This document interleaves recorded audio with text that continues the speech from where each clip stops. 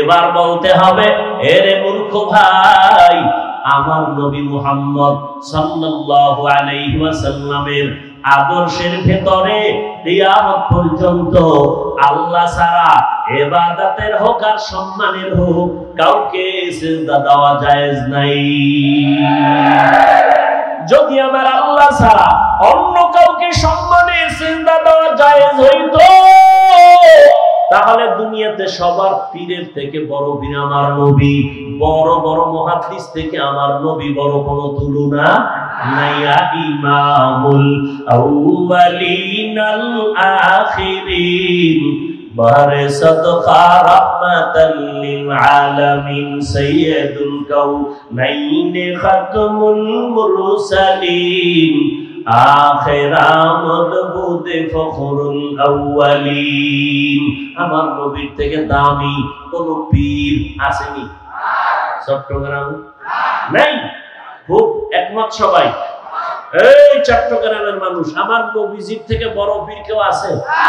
বড় মুফতি সাহেব, বড় মুহাদ্দিস নাই? সবাই একমত? দুনিয়াতে দরবার শরীফ আছে না নাই? মদিনাতুল মুনাওয়ারা থেকে বড় দরবারের নাম কি? কথা বলেন, ভাববেন এক মিনিট নাকি? সরাসরি সত্য কথা বলতে বাজে গেল। মদিনাতুল মুনাওয়ারা থেকে বড় দরবার আছে?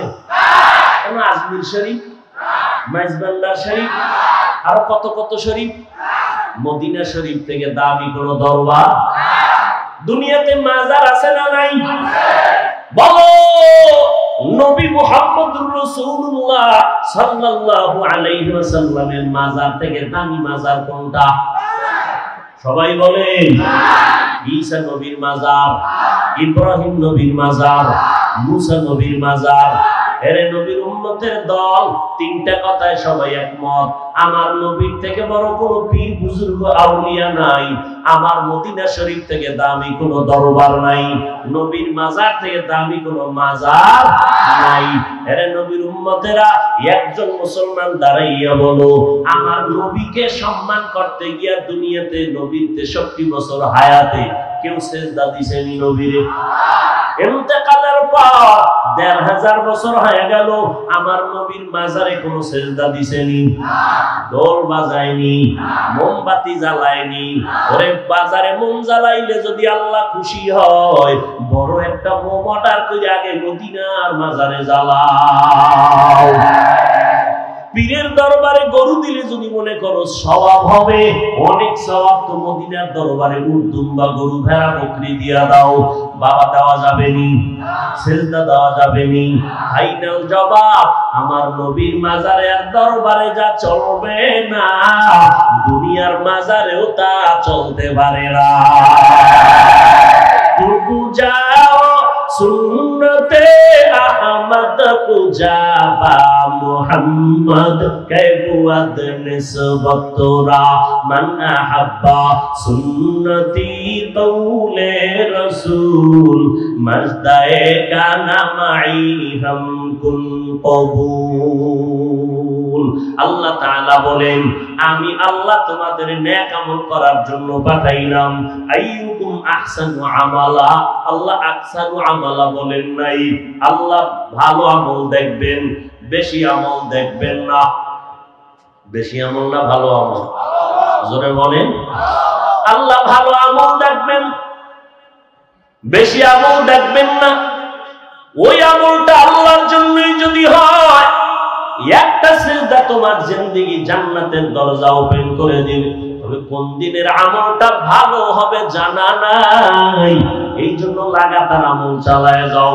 একজনে পত্রিকা পড়ে খুব দ্রুত, আর একজনের পাশে বসে, ভাই আমি তো বানান কইরাও করতে পারি না, তুমি এত দ্রুত বলো কেমনে? এটা ঘুমের তিলটা পড়া যায় না। বহু আগের থেকে এটার উপরে কষ্ট করে মেহনত করে এই অক্ষরগুলো শিখতে হয়, লিখতে হয়, কত চক সিলেট ভেঙেছি। এক পর্যায়ে এখন আমি দ্রুত পত্রিকা পড়তে পারি। ঠিক তেমনি ভাবে আপনি সিজদায় ডুবলেই দিলটা আল্লাহর দিকে যাবে না। এরকম করতে করতে করতে করতে আমল করতে করতে এক সময় আপনার মুহাব্বত আল্লাহর জন্য হবে, এক সিজদা জীবনের আপনার সফলতা এনে দিবে, দুনিয়াতে শান্তি, পরকালে জান্নাত। বেদাতি ভণ্ডরা কি বলে? নামাজ পড়ো মুসল্লি, নামাজের কি রাখো ডর, যেই নামাজে জান্নাত পাবি সেই নামাজ কোথায় তোমার? ওই নামাজ পড়ে লাভ কি? যেই নামাজে জান্নাত পাওয়া যাবে না, পড়লে নামাজ একবারই পড়ুন, যেই নামাজে জান্নাত পেয়ে যাব। একবারও পড়মু জীবনে নামাজই পড়ে না, আজরাইল এসে তার জীবনটা নিয়ে গেল। না রে বাবা না, জীবনের নামাজ ঠিক করার জন্য মেহনত চালাও, করতে করতে একদিন ঠিক হয়ে যাবে। করতে করতে বান্দার অন্তর সোজা হবে, আমল বন্ধ করা যাবে না। আমলটা আল্লাহর জন্য যেদিন হয়ে যাবে সেদিন জান্নাতের দরজা খুলে যাবে। চেষ্টা করতে থাকো রে বান্দা। বাচ্চাটা হাঁটতে পারে না, এক কদম দুই কদম দিয়ে হাঁটা শিখাইতে থাকো, এক সময় হাঁটবেই না, দৌড়াইতে থাকবে। দৌড়াইয়া প্রতিযোগিতায় সবার থেকে 1 নাম্বার হবে। আর যদি তারে হাঁটা না শিখাইয়া দৌড়ানোর প্রতিযোগিতায় লাগায় দাও, কিয়ামতের আগে দৌড়ের প্রতিযোগিতায় পাস করতে পারবে না। আগে হাঁটা শিখাও, শিখাইতে শিখাইতে বান্দা দৌড়ানো শিখবে, প্রতিযোগিতায় 1 নাম্বার হবে। আমলের লাইনে মেহনত লাগাও, 5 বেলার নামাজ বন্ধ করা যাবে না, নবীর তরিকা মতে চলতে হবে। আল্লাহ পাক বলেন, আমি বেশি আমল দেখব না, উত্তম আমল দেখব, ভালো আমলটা আমার কাছে গ্রহণ হবে। পয়গম্বরের একজন সাহাবী মুআয ইবনে জাবাল রাদিয়াল্লাহু আনহু বলেন, যেই আমলের মধ্যে 4টা গুণ পাওয়া যাবে, ওই আমলটা হবে একমাত্র ভালো আমল, এছাড়া আমল আর কবুল হবে না। 4টা গুণওয়ালা আমল হবে ভালো। এই 4 গুণের মধ্যে 1 নাম্বার গুণের নাম হলো ইলম। 1 নাম্বার গুণের নাম কি? নামাজ পড়া যেমন ফরজ, নামাজের পদ্ধতি জানা লাগবে না? না, একজনে পদ্ধতি না জানি না নামাজে দ্বারা আল্লাহু আকবার দুরূদ শরীফ পড়া শুরু করলো, বইয়ে ভরমুখা খাড়াইয়েই বলি, সবসময় তো খাড়ায় নবীর সালাম দিই, তাহলে নামাজেরটাও খাড়াই বলি, আর বইয়ে দুরূদ পড়ার দরকার নেই। আবেগওয়ালা আশিকে রাসূল আছে না নেই? নামাজ পড়া যেমন ফরজ, নামাজের পদ্ধতি শিখাও ফরজ। এজন্য পয়গম্বরের সাহাবী মুআয ইবনে জাবাল রাদিয়াল্লাহু তাআলা আনহু বলেন, ওই আমলটা আল্লাহর কাছে ভালো বলে কবুল হবে যে আমলের মধ্যে 4টা গুণ থাকবে। 1 নাম্বার গুণের নাম হলো ইলম।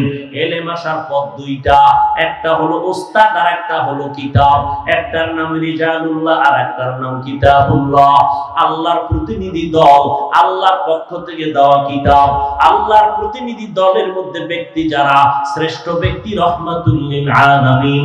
আর আল্লাহর দেওয়া কিতাবের মধ্যে শ্রেষ্ঠ কিতাব হলো কোরআনুল কারীম। কোরআন আছে, নবী নাই। এখন কোরআন শিখার ওস্তাদ পাবো কই? কিয়ামত পর্যন্ত নবী আর আসবেন না। আবু বকরকে পাবো না, ওমরকে পাবো না, ওসমান আলীকে পাবো না, কোন সাহাবায়ে কেরামরে পাবো না রাদিয়াল্লাহু আনহুম আজমাইন। আবু হানিফাকে পাবো না, ইমাম বুখারীকে আর কখনো পাবো না, ইমাম মুসলিমকে আর পাবো না। বড় বড় বড় বড় যারা আমাদের দিল সোজা করে দিতেন, দেখলেই হাজারো চিল্লানো লাগতো না। 20 মিনিট বয়ান করছি, মোহাব্বতে দিলটা তালা খুলে গেছে। এই বয়ানের আয়োজন করলো এক জায়গায় মাহফিল, এলাকার কিছু নেতারা কয় এখানে কোনো মাহফিল দেওয়া হবে না, এবার হাটহাজারীর হুজুর আসবে, কয় না আসতে দেওয়া হবে না। সবাই চুপচাপ, মাহফিল বন্ধ হয়ে গেল। হুজুরে মনে কষ্ট পাইয়া মাওলার কাছে মোনাজাত দিলেন রুমের মধ্যে, মসজিদে বয়া। পরের বছর ওই নেতার একজন মারাত্মক মাস্তান গিয়া কয়, হুজুর মাফ করে দেন, আপনি যেদিন বলবেন আমার এলাকায় যাবেন সব খরচ আমি দিব। এরকম আল্লাহওয়ালা যাদেরকে দেখলে মানুষের অন্তর সোজা হয়ে যাইতো, দিলটা নরম হতো, চোখে পানি আসতো, এক এক করে সব আমাদের থেকে বিদায়। আমরা কিয়ামত পর্যন্ত আর আমরা নবী সাহাবায়ে কেরাম কাউকে পাবো না।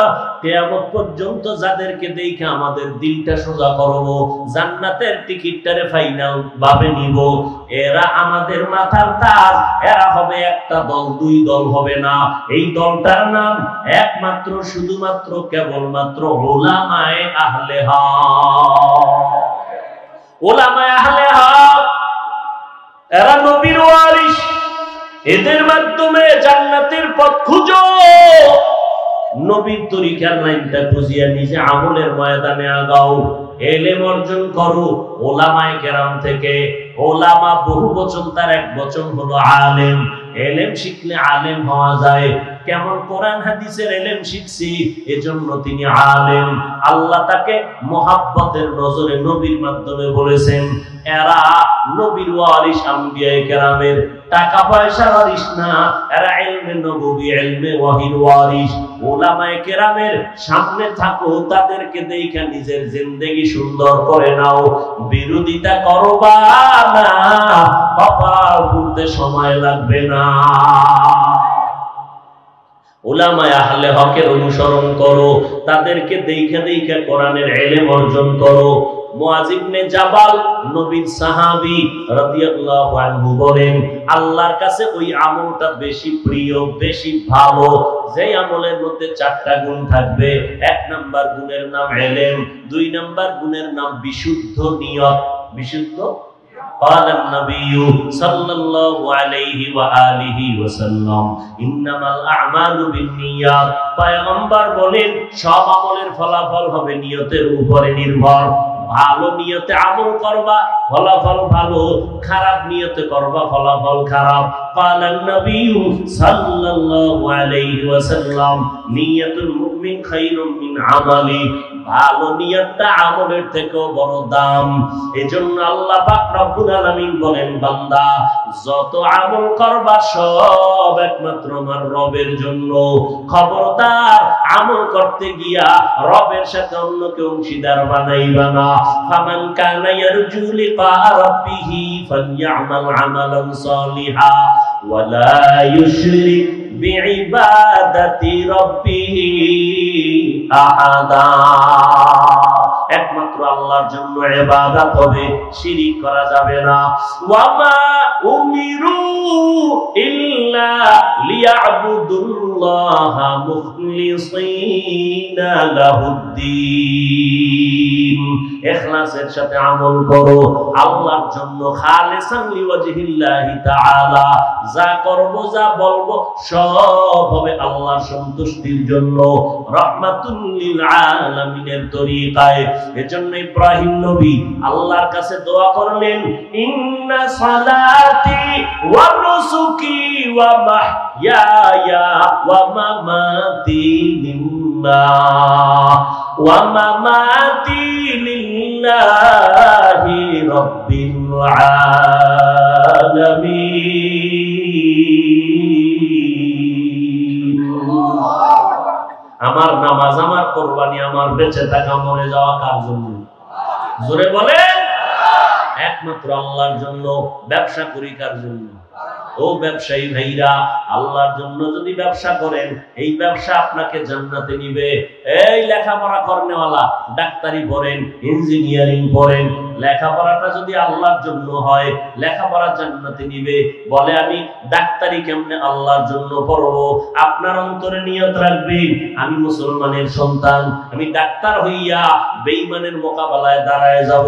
সারা দুনিয়ার বেদুর্মীরা, বেঈমানেরা যদি হঠাৎ করে বলে মুসলমানের চিকিৎসা সেবা বন্ধ করে দাও, ঔষধ সরবরাহ বন্ধ করে দাও, মুসলমানের আমরা চিকিৎসা দিব না, আমগো মুসলমান ডাক্তারেরা দাঁড়াইয়া বেঈমানের মোকাবেলায় বলবা, এ জগতের বেঈমানের দল, তোরা যদি আমগো মুসলমানের চিকিৎসা না দাও, আমাদের কোনো পেরেশানি নাই, ইনশাআল্লাহ আমাদের মুসলমানের চিকিৎসার জন্য আমরা মুসলমান ডাক্তারেরাই যথেষ্ট। তাহলে ডাক্তারি পড়া খারাপ না ভালো?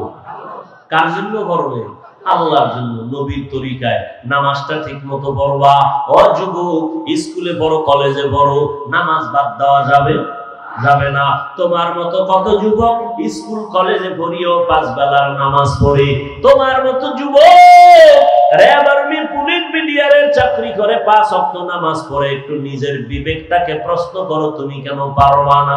নিয়তটা সহি কইরা তুমি চলো, তোমার নিয়ত হলো যে আল্লাহ বরকত দান করবেন। তোমার মতো কত বান্দা রাস্তায় গাড়ি চালায়, নামাজ ছাড়ে না, বালিশে মাথা লাগাইয়া যখন ঘুমাইতে যাও নিজেকে একটু প্রশ্ন করিও, আমার মতো বান্দা যুবক যদি গাড়ি চালাইয়া নামাজ পড়ে, আমি কেন নামাজ পড়তে পারি না? আমি তো মুসলমান, আমি আল্লাহ মানি, নবী মানি, কোরআন মানি, হাদিস মানি, কিয়ামত মানি, আমি কেন নামাজ পড়তে পারি না? ও আল্লাহর বান্দারা, আপনাদের মতো কত আল্লাহর গোলাম চাকরি করে নামাজ পড়ে, ব্যবসা করে নামাজ পড়ে, নদীর মধ্যে মাছ ধরে নামাজ ছাড়ে না, কৃষি কাজ করে গামছা বিছাইয়া নামাজ পড়ে, নামাজ বাদ দেয় না। আপনি কেন পারবেন না? এর পর্দার আড়ালের আম্মা জানেরা, আপনাদের মতো কত মা এই এলাকায় অভাব নাই, 5 বেলার নামাজ পড়ে, তাহাজ্জুদ পড়ে। এই জমিনে মায়ের এত সম্মান আমার আল্লাহ নবীর মাধ্যমে বাড়ায় দিয়েছেন। কিয়ামতের আগের দিন পর্যন্ত দুনিয়ার কোন চালাক যদি বলে আমরা আলাদা করে নারীর মর্যাদা বাড়াবো, বাড়াতে পারবে না। চালাকি করলে নারীদের সম্মান হবে না, হবে নারীরা অপমান। কারণ যত সম্মান দেওয়ার আমার আল্লাহ নারীদেরকে দিয়েছেন, নারীরা নবীদের মায়ের মতো মা, সাহাবায়ে কেরামের মায়ের মতো মা, আলেমদের মায়ের মতো মা। এই স্টেজে কত আলেম মাওলানা হয়ে গেল, মাথায় পাগড়ি দেওয়া হলো, কোরআনের হাফেজ হয়ে গেল, মাথায় পাগড়ি। কিয়ামতের ময়দানে আল্লাহ তাদেরকে ডাকবেন, ক্বালান নবিয়্যু সাল্লাল্লাহু আলাইহি ওয়া আলিহি ওয়া সাল্লাম, ইউকালু লি সাহিবিল কুরআন ইকরা ওয়ারতাকি ওয়ারাত্তিল কুনতা তুরাত্তিলু ফিদ দুনিয়া ফাইন্না মানজিলাকা ইনদা আখিরি আয়াতিন তাকরাউহা আও কামা ক্বালান নবিয়্যু আলাইহি সালাতু ওয়াস সালাম। কিয়ামতের দিন কোরআন পড়নেওয়ালাকে আল্লাহ বলবেন, এরে কোরআন পড়নেওয়ালা আসো, তুমি কোরআন তেলাওয়াত করো, আমি আল্লাহ নিজে শ্রবণ করব কুদরতের কান লাগাইয়া। এক আয়াত পড়বা, সুন্দর করে তার তিলের সাথে পড়ো, আর এক একতলা বিল্ডিং উঠে যাও। এইভাবে একটা একটা আয়াত পড়বে, আর লিফটের মাধ্যমে আল্লাহর জান্নাতের বিল্ডিং উঠতে থাকবে। আল্লাহর নবী অন্য হাদিসে বলেন, ক্বালান নবিয়্যু সাল্লাল্লাহু আলাইহি ওয়া আলিহি ওয়া সাল্লাম, মান ক্বারাআল কুরআনা ফাস্তাযহারাহু ফাআহাল্লা হালালা ওয়া হাররামা হারামা আদখালাহুল্লাহুল জান্নাহ ওয়া শাফাআহু ফি 'আশারাতিন মিন আহলি বাইতিহি কুল্লুহুম ক্বাদ ওয়াজাবাত লাহুন নার আও কামা ক্বালান নবিয়্যু আলাইহি সালাতু ওয়াস সালাম। কিয়ামতের ময়দানে একজন কোরআন পড়নেওয়ালা যারা আল্লাহর নবীর তরিকার উপরে জীবন চালাইলো, হালালের উপরে হারামকে বর্জন করলো, হাসরের ময়দানে আল্লাহ বলবেন, আমার কোরআন পড়নেওয়ালারা কই? জান্নাতের ময়দানে যাও, আমি আল্লাহ পাক শুধু তোমাকে একারে জান্নাতে দিব না, তোমার বংশের আপনজনের মধ্যে দেখো যারা জাহান্নামী হয়ে গেল, এদের মধ্যে 10 জনের সুপারিশ করো, আমি আল্লাহ তোমাদের সুপারিশ কবুল করিয়া তাদেরকেও জান্নাতে দিয়ে দিব। আতিনা ফি দারে দুনিয়া না হাসান, আতিনা ফি দারে উকবানা হাসান, ইয়া কিয়াসাল মুস্তাগীসিন হদিনা লফতিখারা বিল উলুমে ওয়াল গিনা। হর গরিবে নেকো তু তৈয়ার হে, जो न मांगे उससे तू बेजार है। খারাপ লাগে আপনাদের? কোরআন পড়ার দরকার আছে। একটা সন্তানকে কোরআন পড়াবেন। আজকে যাদের মাথায় পাগড়ি দেওয়া হলো, ঈদেও এত আনন্দ পায় না, তার মা বাবা আজকে যেই পরিমাণ আনন্দ পেয়েছে। এরে নবীর উম্মতের দল, ওই সন্তানের মা বাবার কপাল কত ভালো, যেই সন্তানের পেছনে মানুষ দোয়ার জন্য লাইনে দাঁড়ায়। ওই সন্তানের মা বাবার কপাল কত ভালো, যেই মা বাবার সন্তানের পেছনে হাজার হাজার মানুষ দাঁড়ায় নামাজ আদায় করে। ওই মা বাবার সন্তানের কপাল, ওই মা বাবার কপাল কত ভালো, যেই মা বাবার সন্তান মানুষের দিনের পথে আহ্বান করে, মানুষ কলিজা দিয়ে মোহাব্বত করে, এর একটা দোয়ার অংশ আব্বা আম্মা কিয়ামত পর্যন্ত কবরে পাইতে থাকবেন। এরে আম্মা জানেরা, সন্তান ভালো হওয়া খারাপ হওয়া নির্ভর করে আম্মা জানের আদর্শের উপরে। ইমাম গাজালি রাহমাতুল্লাহ আলাইহি বলেন, প্রত্যেকটা সন্তানের জন্য মা হলো প্রাথমিক শিক্ষিকা। নবীও বলেন, ক্বালান নবী সাল্লাল্লাহু আলাইহি ওয়া আলিহি ওয়াসাল্লাম, আদ-দুনিয়া কুল্লুহা মাতা ওয়া খায়রু মাতা'id দুনিয়া লিমরাতুস সালিহা। আল্লাহর নবী বলেন, দুনিয়াতে সব মহা সম্পদ, এর মধ্যে দামি সম্পদ হলো নেককারিনী মহিলারা। এরে আল্লাহর বান্দা, আমি একটা ঘটনা সব জায়গায় বলি। দুই ভাই, ছোট ভাই কিছুদিন পরে বিয়ে করে ফেললো, বড় ভাই বিবাহ করে না। বড় ভাইয়ের বিবাহের অপেক্ষা করতে করতে শেষ পর্যন্ত ছোট ভাই আগে বিবাহ করে ফেললো। একদিন ছোট ভাই বলে, বড় ভাই তুমি বিবাহ করো না কেন? আমি মনের মতো মেয়ে পাই না। তাই নাকি? ছোট ভাই মনে মনে ভাবলো, এক সম্ভ্রান্ত পরিবারের সুন্দরী মেয়েকে আমি দেই। খুঁজিয়া খুঁজিয়া বের করে দিল। বড় ভাই, বাবা টাকাওয়ালা, টাকার অভাব নাই, সম্মানের অভাব নাই, মেয়েটা বড় সুন্দরী, বিবাহ করে নাও। দেখার পরে জানার পরে বড় ভাই বলে, এই মেয়ে আমি চাই না। তো তুমি কেমন মেয়ে চাও? বড় ভাই ডাক দিয়ে কয়, আমি এমন একটা মেয়ে চাই যেই মেয়েটা আমার অর্ধাঙ্গিনী হবেন, আমার সহধর্মিনী হবেন, আমারে দিয়া দুনিয়ার জান্নাতের বাগান সাজাবেন, আমার হাতটা ধইরা আমার স্ত্রী আমাকে জান্নাতের দরজা দিয়ে ঢুকায় দিবেন। এমন একজন মন মানসিকতার আমি একটা স্ত্রী, আমি আপন মেয়ে চাই, যে একটা সন্তানকে দুনিয়াতে লালন পালন করে আদর্শওয়ালা বানায় দিবে। আল্লাহর বান্দা এই কথা বলার পর ছোট ভাই বলে, এমন মেয়েও তুমি পাইবা না, বিয়েও তোমার কপালে হবে না।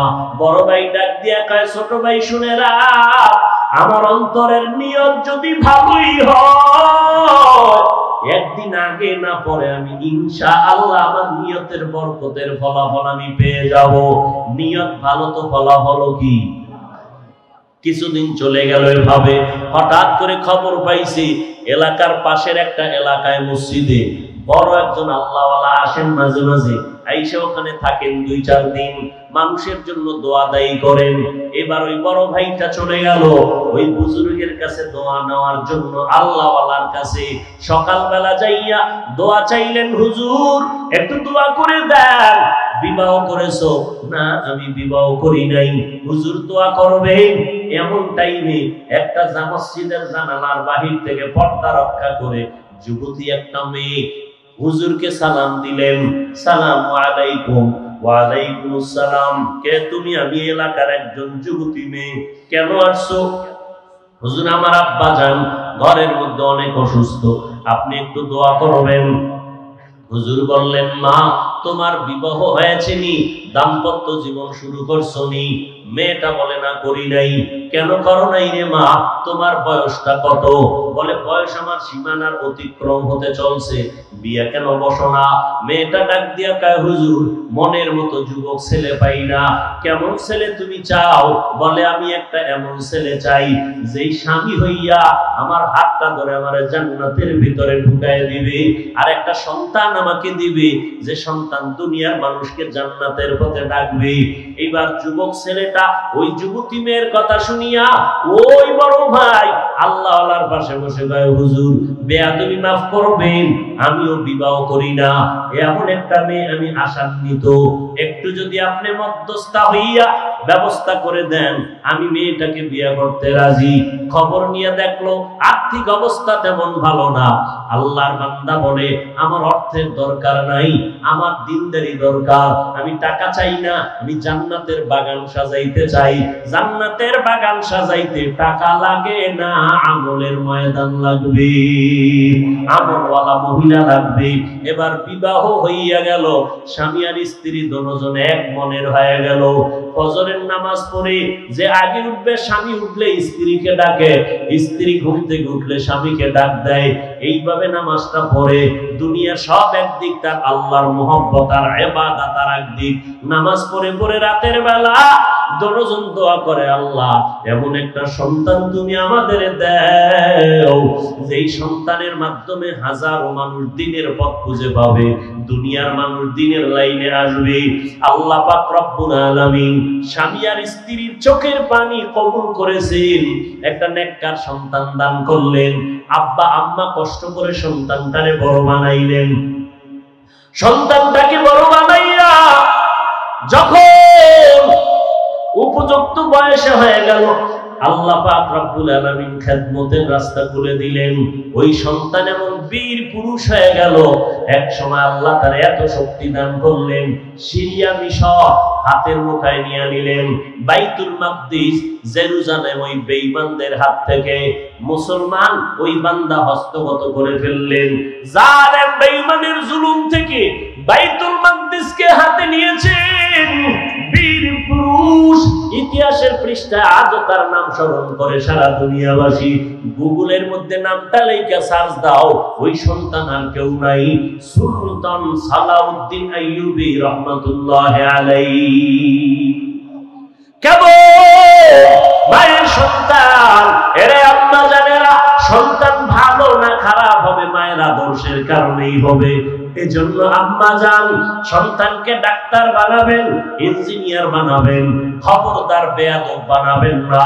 সন্তান যেন আলেমেরকে কষ্ট না দেয়, আপনার সন্তানের আদর্শ আর ব্যবহারে যেন মুরব্বীরা কষ্ট না পায়, আপনার সন্তানের আচরণে বন্ধু বান্ধবেরা কষ্ট না পায়। বরং এমন সন্তান আদর্শওয়ালা বানাবেন, সন্তানের কথায় যেন মানুষ দোয়া করে, আর ওই দোয়ার অংশ আপনি মা কবরে পাইতে থাকেন। এরে নবীর উম্মতের দল, এই জন্য মুআয ইবনে জাবাল বলেন, আল্লাহ ভালো আমল চায়, বেশি আমল চায় না। তবে ভালো আমলের জন্য 4টা গুণ লাগবে। 1 নাম্বার গুণ লাগবে ইলম, 2 নাম্বার গুণ লাগবে বিশুদ্ধ নিয়ত, 3 নাম্বার গুণ লাগবে ধৈর্য। ধৈর্য না থাকলে বান্দা আমলে আগাইতে পারবে না। ধৈর্য না থাকলে বান্দা নামাজে দীর্ঘ টাইম দাঁড়ায় থাকতে পারবে না, সিজদায় গিয়া সময় ব্যয় করতে পারবে না। ধৈর্য না থাকলে বাতিলের মোকাবেলাও করা যাবে না। এজন্য আল্লাহ কোরআনে বলেন, ধৈর্য ধারণ করে যারা করবে আমি তাদের 2টা পুরস্কার দান করব, একটা দুনিয়ায় আর একটা আখিরাতে দান করব। ইন্নাল্লাহা মা'আস সাবিরিন, দুনিয়ার পুরস্কার আমি আল্লাহ তার সাথী হয়ে যাব। আখিরাতের পুরস্কার ইন্নামা ইউওয়াফাস সাবিরুনা আজরাহুম বিগাইরি হিসাব, আমি আল্লাহ ধৈর্য ধারণকারীকে বিনা হিসাবে জান্নাত দিয়ে দিব। ইয়া আইয়ুহাল্লাযীনা আমানু ইসবিরু ওয়া সাবিরু ওয়া রাবিতু ওয়াত্তাকুল্লাহা লাআল্লাকুম তুফলিহুন।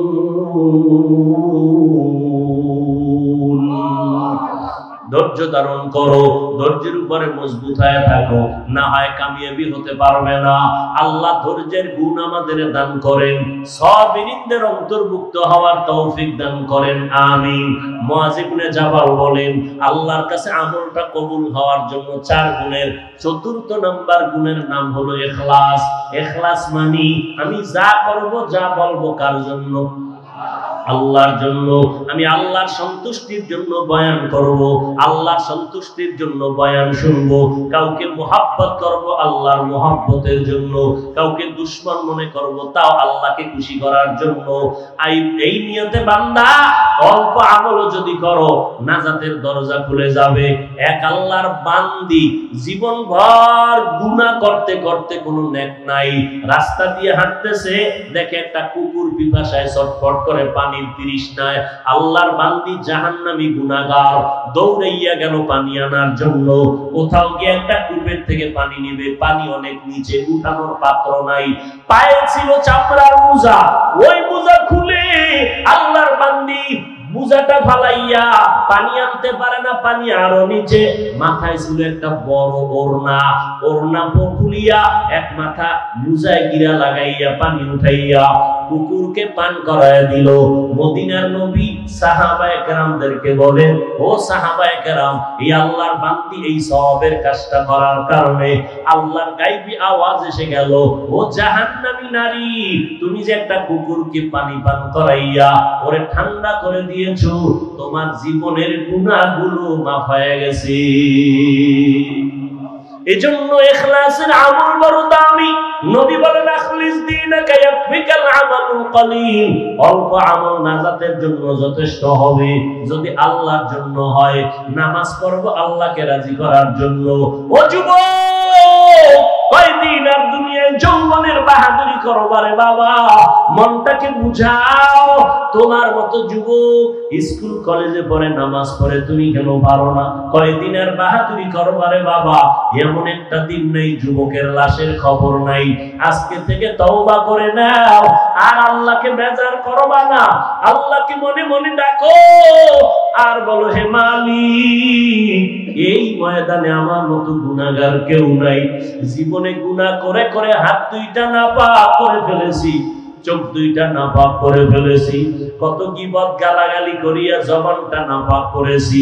আয় আল্লাহ, আজকে থেকে গুনাহ থেকে তওবা করে নিব, আর নামাজ ছাড়বো না, বেপরদায় চলবো না, মা বাবাকে কষ্ট দিব না, ওলামায়ে কেরামের বিরোধিতা করে গুনাহগার হব না, নবীর তরিকা মেনে চলবো, ওলামায়ে কেরামের পরামর্শ নিয়া আল্লাহর হুকুম মতো চলবো। হায়াতের মালিক আমার আল্লাহ, ইজ্জতের মালিক আল্লাহ, রিজিকের মালিক আমার আল্লাহ, অতএব আল্লাহকে বেজার করব না। আজকে করোনা গেল, দুনিয়াটা একেবারে ঠান্ডা হয়ে গেল, বড় বড় বাহাদুরেরা মাথা নত করে দিল। স্কুল বন্ধ, করোনায় কলেজ বন্ধ, ব্যবসা বন্ধ, চাকরি বন্ধ।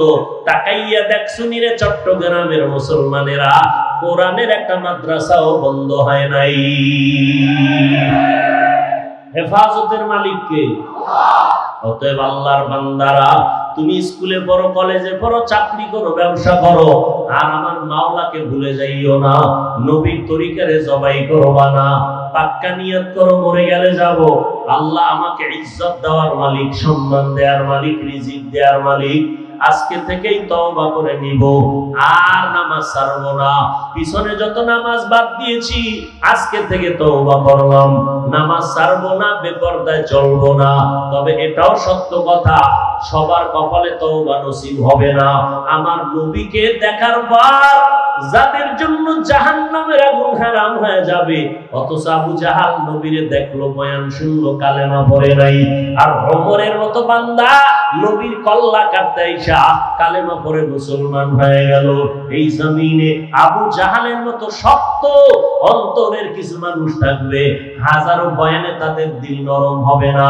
বাইরে গিয়া তারা সমালোচনা করে করে গুনার পাল্লা ভারী করবে। আর ওমরের মতো মেজাজ নিয়ে কেউ ময়দানে ঢুকবে, ঢুকার পরে আল্লাহর বান্দার যখন মরণের কথা স্মরণ হয়ে যাবে, আল্লাহর আযাবের কথা স্মরণ হবে, গুনার কথা স্মরণ হবে, তখন দিলটা নরম হয়ে যাবে। নিজে নিজে আল্লাহকে একা একা দেখে বলবে, আল্লাহ, আমার মতো মনে হয় যেন গুনাহগার এই এলাকায় আর কেউ নাই। মা বাবারে কত কষ্ট দিলাম, ওলামায়ে কেরামেরে কত কষ্ট দিলাম, কত আপনজনরে কষ্ট দিলাম, আমার কথা কত খারাপ, আমার হাত দুইটা কত খারাপ, মানুষের উপকার করে নাই, শুধুই ক্ষতি করলো। আমার জবান মানুষের ক্ষতি করলো, উপকার করতে পারে নাই। আমার জীবনটা কি এতই খারাপ, আমি মানুষ হিসাবে তো কোনো মানুষের উপকার করতে পারলাম না। ও আল্লাহ, আজকে থেকে তওবা করে নিলাম, মরিয়া গেলে যাব, আর কোনোদিন কারো ক্ষতি করব না, আর কোনোদিন কারো ক্ষতির চিন্তাও করব না, দেশের বিরুদ্ধে, জাতির বিরুদ্ধে ষড়যন্ত্র করব না, নবীর তরিকা মেনে চলব।